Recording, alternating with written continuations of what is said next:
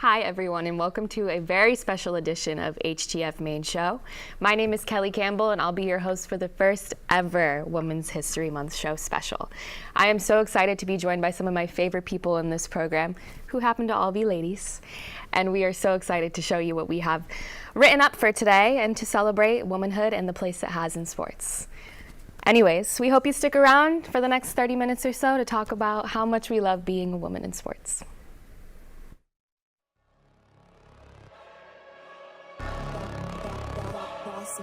Things gon' change when I really hit the field.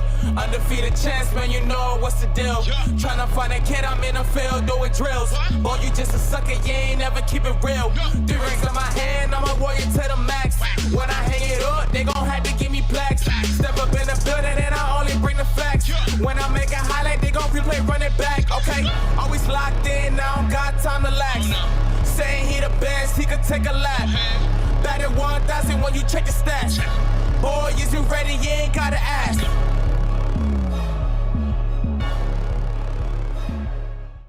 Welcome back, everyone. Again, my name is Kellie, and I'm so excited to be joined by some of my favorite people. I had to bring out the ladies who are normally don't come on as air as much and usually are in the backfields doing our production. But I'm so excited to have so many ladies who aren't normally on air here with me today. But starting with Emily Aaron, the host of Nighttime, and Emily Watrobsky. She's finally on air with us. First time ever, right? Yeah, first time ever. First time ever! Yes. So exciting! So scared. And then to my right, we have Maddie Glass and Kayla Lewis, my NBA and baseball legends. I'm so excited to have them here today. But anyways, we have a lot to get through in a short amount of time, so let's get into it. To start out, we really thought we would, go further back than the 1970s to start talking about some women's history in sports, but no, 1972 is where we begin. Title IX was enacted in 1972. Their statement is, no person in the United States shall, on the basis of sex, be excluded from participation, be denied the benefits of, or be subjected to discrimination under education program or activity receiving federal financial assistance from the United States. This is something huge for women in general, finally stop discriminating, at least legally, for women to participate in sports. But Emily Aaron, I want to hear some more about what you think Title IX and why it's so important. Title IX basically opened up a whole new world for women in sports. This was literally our gateway into the sports world, and this was the way to create a foundation, to create the athletes that we have representing women in sports. This was literally the start of everything, and it's very, very important that women in sports learn about this, because Title IX is the reason why you can play the sport that you play. Let's just put it that way. It is really, really important, and it gives an equal opportunity to everybody. It creates equal rights for every sport and makes sure that women can compete in the sports that are offered to them at the time, and it's just really, really important. Since the passage, female participation in the youth level has risen 1,057% and 614% in the collegiate level. And since Title IX, the number of high school girls who participate in sports games has gone from 1 in 27 to 1 in 2.5. That's absolutely crazy, and that is just, being a woman in sports as a sports reporter, it is just really amazing to see how sports has progressed over time and how 100%. we can actually have a say in what we do, and it's really, really awesome. And there was 4 authors on Title IX, and actually 3 of them were women. Oh, that's amazing. Mm-hmm. It's an amazing way to set us up for the future, and even though this was only in the 70s, there's so much to be done in the future, and I can't wait to see what's done. But speaking of foundations, the Women's Sports Foundation was born in 1974.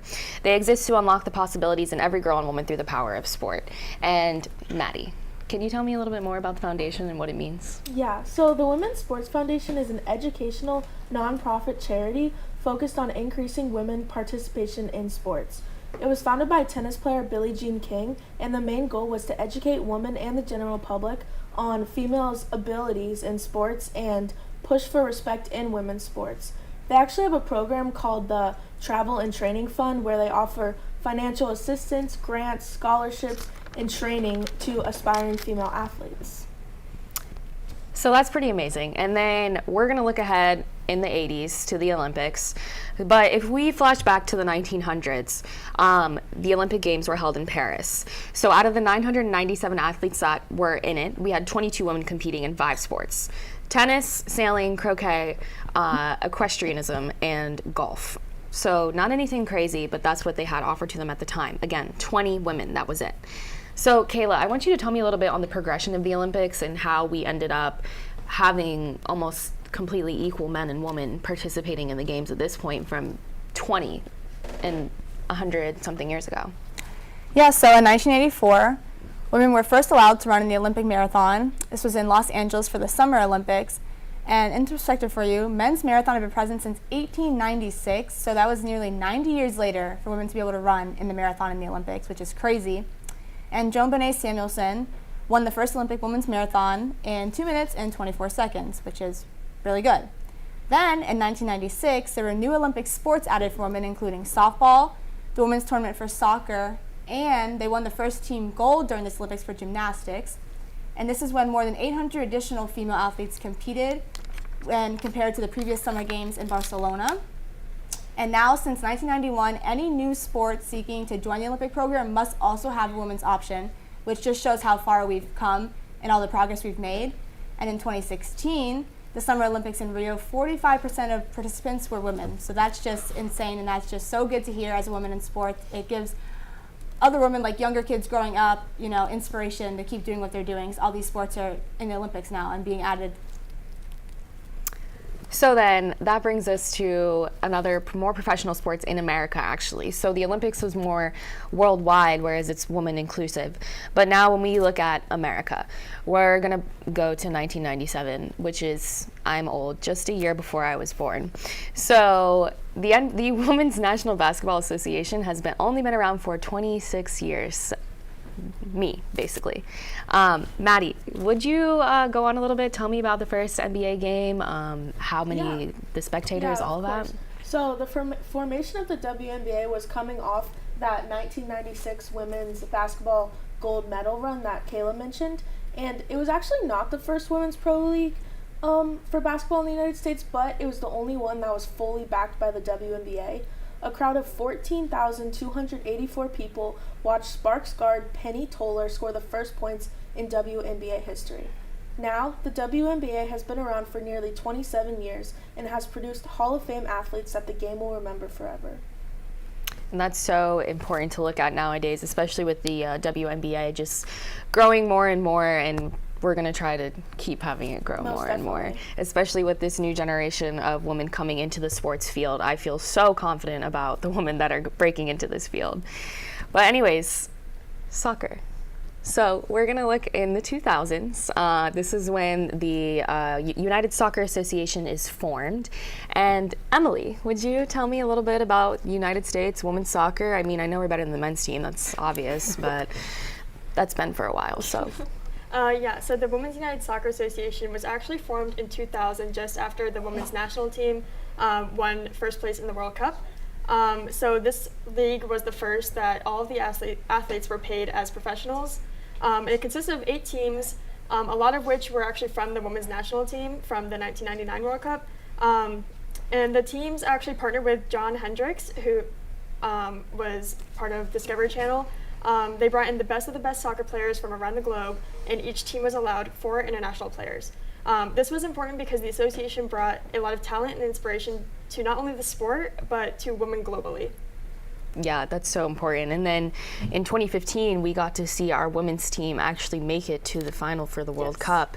And that was a big deal because our men's team doesn't do that. So I remember being in 2015 where I was watching the game with all of my family, and it actually ended up breaking the record in America for the most watched soccer game, which makes sense because we're in the World Cup final. So that's kind of something extremely, extremely nice to talk about. But ladies, as women in sports, I kind of just want to ask you and get your head, with the progress we've seen since the 1970s, and this is open to any of you who feel like you'd like to answer it, what are you looking forward to as far as progression we're going to see even more, and just more opportunities that are going to arise for women, even in professional sports? Like, they're starting to let women play college football and stuff like that. So any of you wonderful ladies. I can't wait to see where it goes, because we started in the 70s, and just in that little bit of time, because it hasn't really been a long time since the 70s, we have created such a big world for women in sports just in that short amount of time. And I cannot wait to see what else we bring to the table. We have women participating in almost every sport you can imagine. If I want to go and compete in something, I can do it right now, thanks to literally everybody else who has paved that path for me. And you see, just like Kayla was saying, you see the younger athletes watching the older women play in all these sports and compete and have idols and idolize these sports. And that's how you really make a difference, is by getting the youth to follow in your footsteps. And that's exactly what we're going to do. 100%. And I think being young women in sports who are coming into this industry, still fairly new while it's built. I mean, like you said earlier, the youth participation is up 1,057%, which is insane. Crazy. So us as little girls would watch athletes and reporters on TV, and we would want to be just like them, and that's what we're going to do for the next generation. So in this, if you guys want to stick around, we'll be talking about some of our personal favorite ladies in the industry and how we looked up to them and what they did for us to want to be a woman in sports. So stick around. Is feeling your femininity, your strength, and being proud of it, and also being proud of your mind. Not letting anyone say that you're lesser than, but being confident in the fact that you are a woman and you're smart and you're capable. I think that's becoming more and more common as there are more girls in the space. Kayla, and being a woman in sports to me is both important and inspiring, because growing up, watching TV, you never saw any women sideline reporting because it's a very male-dominated field. And it's just important to me to keep making a difference and inspiring the younger generations. To me, being a woman in sports means learning how to persevere. It means going into the office, the studio, going out on the field every day, knowing the odds are stacked against you, but still wanting to push through. It's about breaking glass ceilings in every turn you take, and being a leader for future generations. My name is Eliana, and to me, being a woman in sport kind of means changing the precedent and the standards that are set for women in the sports industry, whether that's on the field or in the press box, behind the camera, in front of the camera, just setting that new standard that brings genders together and will give that new future to the sports industry for coming generations. In the field, being a woman in sports means the world to me. I love being able to break the barrier and the stereotype that women don't know enough, and I love being a leader and someone that these little girls can look up to and say, I know I can do this and I want to be just like her. And I'm very grateful to be able to have this opportunity to be in a program like this and to have other opportunities to show that women should be in this field, and we are dominating and we continue to make a difference, and I love being a part of that. Hi, I'm Brianna St, and I'm proud to be a woman in sports. Women in this industry are kind, hardworking, creative, and resilient, and I'm very excited to be a part of that. Go. Being a woman in sports means making the younger version of myself proud and hoping to inspire other young girls to take a leap of faith and do something that they never thought was possible. Welcome back, everyone. I am joined by some more lovely faces, some of my favorite people. If we look to my right over here, we have Lexi and Allison. And then over on my left, Kiersten, who helped so much with this show. A lot of this is her idea and her brain work, and this actually whole show was her idea. So super happy to have her here with us because she set this whole thing up. Thanks. And anyways, then we have Ella and we have Brianna, and I'm so excited to talk about you guys' favorite people you watch growing up, whether that be in the production or an actual athlete or a reporter or all three, because women are versatile. So Lexi, I really want to start with you. Okay. Please tell me about who you've picked today. So I decided to go with Michelle Akers, and if you don't know who she is a soccer legend in women's soccer. She actually is an alumni from UCF, which is what stood out to me the most, because that's when her career really took off. I mean, she's a 4-time All-American, and she was leading the university's highest scoring player, which is awesome. And she actually was named the Athlete of the Year in 1988, which is incredible. And also, She is one of the first women to ever win the Hermann Trophy. And if you don't know what that is, it's given to the best women and men soccer players.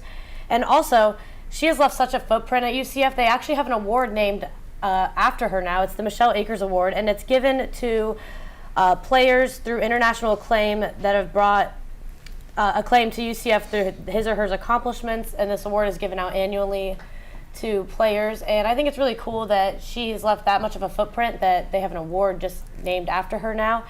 And also, she was the first woman to score a goal in the women's national team, because she was one of the first ones on that team back in 1985. And then actually it was the game they played against Denmark. 3 days later in that tournament, she scored the first goal, which I think is really cool to be able to say that you've done that. And then also, she was named Athlete of the Year in 1990 and 1991. And overall, throughout her 15-year career, she has scored 105 goals and 153 game appearances, which is incredible. And also, her and Mia Hamm were the only two women on the FIFA 100 list back in 2004. And I feel like Michelle Akers is a little bit underrated. I feel like everyone hears about Mia Hamm, but Michelle Akers is just as good, if not better, and I would say. And actually, she ended up retiring, unfortunately, back in 2000, right before the Sydney Summer Olympics, due to her injury. She had a torn shoulder ligament and a concussion, so it was just time for her to go. Right. But actually, right now, what I think is really cool is she actually helps. She's the assistant coach for the Orlando Pride. That was just back in last year when that happened. And also, her and her mother have a nonprofit organization for horses, that's where she spends a lot of her time now as well. And so she's a pretty great girl. She has a lot going on for her, and it's super cool that she's also a UCF alum. So close to home, and we share that with her. Also supporting a couple of our UCF soccer players that play with the Orlando Pride, so that's pretty cool. But Allison, first time on air. I'm so excited to have her. Best friend. Okay, go on. Please tell me about your pick today. So, as she said, it's my first time on air. I'm usually behind the scenes directing a lot of our episodes.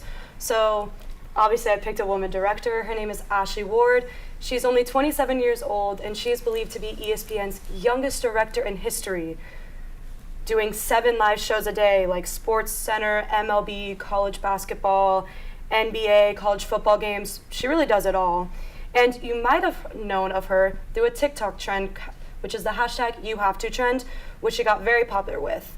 She even plays basketball, as you can see here. She went to Auburn University and graduated in 2016. During that final year, she worked with SEC Auburn Athletics, which allowed her to be an intern with ESPN. She then moved on to be Associate Director 1, Associate Director 2, and now she's the main director of ESPN. 7 live shows. I'm going to keep saying that. 7 live shows. That's unheard of. She's even on Forbes 30 Under 30. She even won an Emmy in 2022. It's just incredible to have someone to look up to who's only 27. That's only 6 years older than me, and that could be me one day. And it's definitely exciting to look up to someone like that, and to have her be the youngest woman director in history is just an impeccable accomplishment, and I honestly want to be just like her. I'm gonna knock her could be and say will be, because I see nothing but success for all of these ladies with me. They're some of the hardest working people in the industry, and she keeps putting emphasis on 7 shows, because here at HTF we do 4, and it is a lot, and it is every week, and there's so much work that goes into it on both sides, especially the production side. And being a director, seeing someone who has this is so reachable for you, and something I totally see happening for any of you. Put your mind to something and it's going to happen. So, but anyways, I'm going to move over me. Kiersten, please tell me about your pick today. Okay, my pick was Gail Gardner. She was the first female ESPN reporter to appear weekly on shows. I think her big accomplishment that I want to talk about a little bit is she became the first woman to do a televised play-by-play of a baseball game when she called the action between the Colorado Rockies and the Cincinnati Reds in 1993. She worked for ESPN for 3 years and did a bunch of Sports Center stuff. You could see on the highlight right now. And then in 1992, she actually anchored the Summer Olympics, and she worked a little bit for one of my favorite Premier League teams, AFC Wimbledon. They're not that good, but I like them. She also was a member of the NBC broadcast team for the Super Bowl 23, which was San Francisco versus Cincinnati. And then later, she worked on Food Network, made a screenplay. She's been busy. She's booked and busy. She's booked and busy. And then in 2004, she celebrated the 25th anniversary of SportsCenter and returned to anchor a special old school edition along Stuart Scott.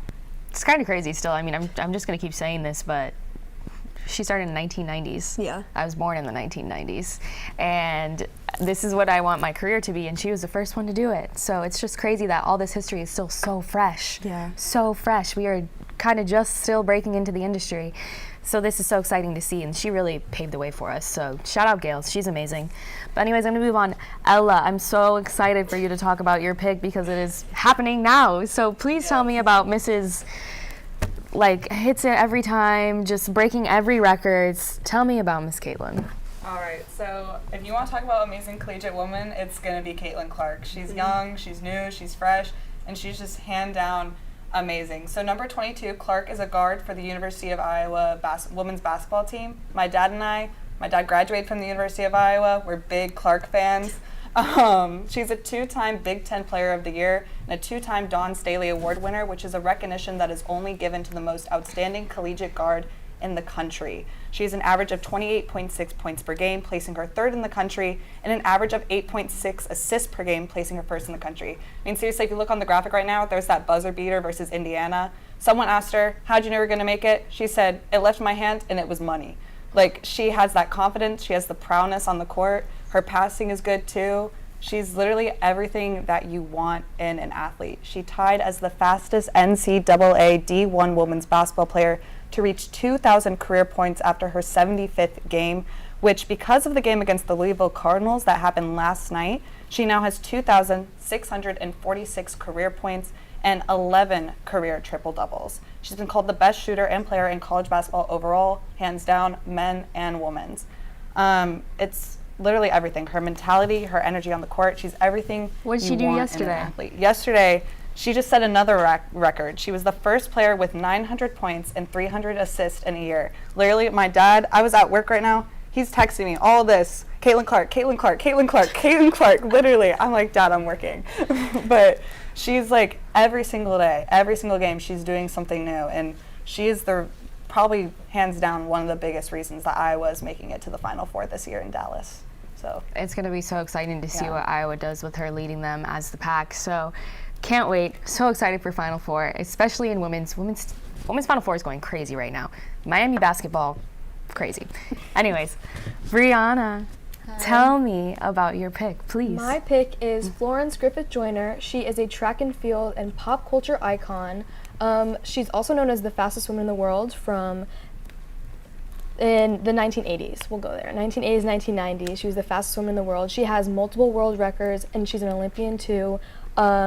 She broke records in the 100 meters twice. She kept on beating both her records. 100 meters in 10.49 seconds, and then 100 meters in 10.54 seconds. And then she did the 200 with 21.56 seconds, and then she broke it by 0.22 seconds, winning with the final time being 21.34 seconds.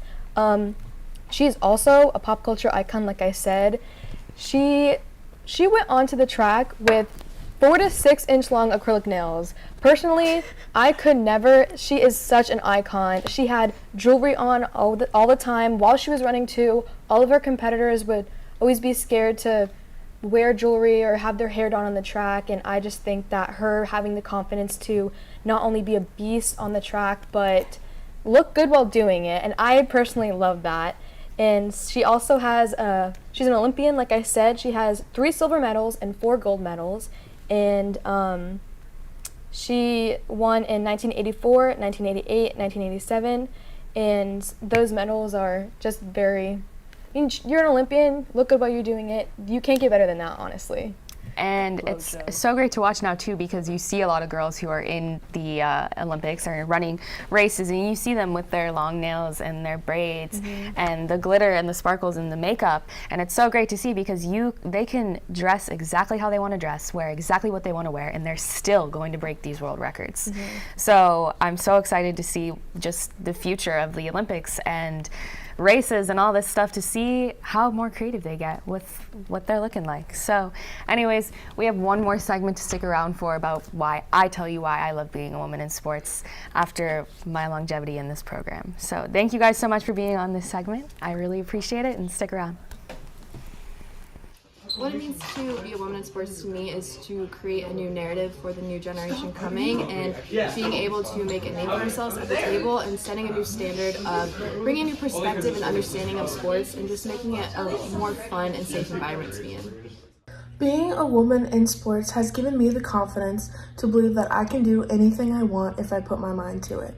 It's also inspiring to know that I could be inspiring future generations just like those before me did for me. My name is Emily, and working in sports has been so rewarding. There is such a great support system for women in sports, and it's just a really fun environment to work in. Lexi, and being a woman in sports is a huge deal to me since this is such a male-dominant field. Being a woman and being in this field, I know I am making a difference, and I'm impacting women and for women in future generations, and I'm so excited to be able to do this. My name's Emily, and being a woman in sports is just something I'm beyond grateful for, because I'm leading the path for younger kids to follow in my footsteps and to make a change for women in this industry, because usually it is a men-dominated space, and it's time for a change, and it's time to see some women representation in the field, and I'm very grateful for that. What it means to me to be a woman in sports is a place of creating a place for myself. I think when I work in sports, I feel like I belong. I feel knowledgeable. I feel just happy to be there. The days don't seem as long. The hours never do. I just have such a passion and drive to be in that industry and to work with those people and to just create these opportunities for myself. So hopefully when I get to where I want to be, those are available for more girls who, like me, who just want to get involved in that. Thank you guys so much for sticking around with us this far. I'm super excited to talk about real quick what it means for me to be a woman in sports. When I joined this program a few years ago, I was probably one of the 3 ladies in this program, and now you just saw I was here with 11 people combined. So it's so cool to see how our program has grown at UCF, and really just how I've grown from my first episode to now. This program has instilled a confidence in me. These people I'm around have instilled a confidence in me that I can do whatever I put my mind to, and just have really given me the strength to learn and speak about things that I'm not confident about, that I feel really good about now. The team that we've produced here that's something that's so important about being a woman in sports too, is there are going to be men everywhere. The men that are around you, they need to be supportive of the women in sports, and that's what we have here. We have men who are going to look out for us, are going to take care of us, and are going to make sure that everything we need to get done is done. But anyways, I want to talk about the reason I wanted to get into sports, which is Maria Taylor. She is one of the best reporters in the country that I've ever seen. But if we want to actually look back on her history, in 2004, she was on the USA Junior National Volleyball team. She played till 2008 and actually ended up winning them a bronze medal. So after that, we look a little ahead to her future. She went to the University of Georgia, where she was a 2-sport collegiate athlete. She played basketball and she played football. During her time at UGA, towards the end, she started doing some reporting for them for about 3 years. And then that's when she started her internship at ESPN. She then further got into covering college football. She covered 2 Orange Bowls in 2013 and 2014, which is about the time I discovered her. And then, as of most recently, she's the new host of Football Night in America, which is one of the most watched sports shows in the country, if not the most. So after seeing her do everything she's wanted to do and more, she's worked the Winter Olympics, the Summer Olympics, the NBA Finals, the Super Bowl, multiple college football playoffs. She has made it so that you can do whatever you want to do. She has done everything that I think is cool in my brain. And it has just inspired me to do that. Maybe I can do that myself one day. Or even if I can't make it as far as her, I at least want to catch a glimpse. Anyways, this will be not our first ever Women's History Show. We will be doing this again next year. But we really appreciate you guys for tuning in. And thank you to all my ladies who came on the show and talked about some women's history and why it's so important. Thank you guys, and I hope you enjoyed the show. And we'll see you on Thursday.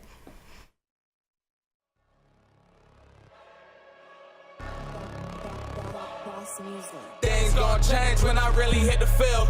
Undefeated champs, man, you know what's the deal. Tryna find a kid, I'm in the field doing drills. Boy, you just a sucker, you ain't never keep it real. 3 rings in my hand, I'm a warrior to the max. When I hang it up, they gon' have to give me plaques. Step up in the building and I only bring the facts. When I make a highlight, they gon' replay, run it back, okay? Always locked in, now I don't got time to lax. Saying he the best, he could take a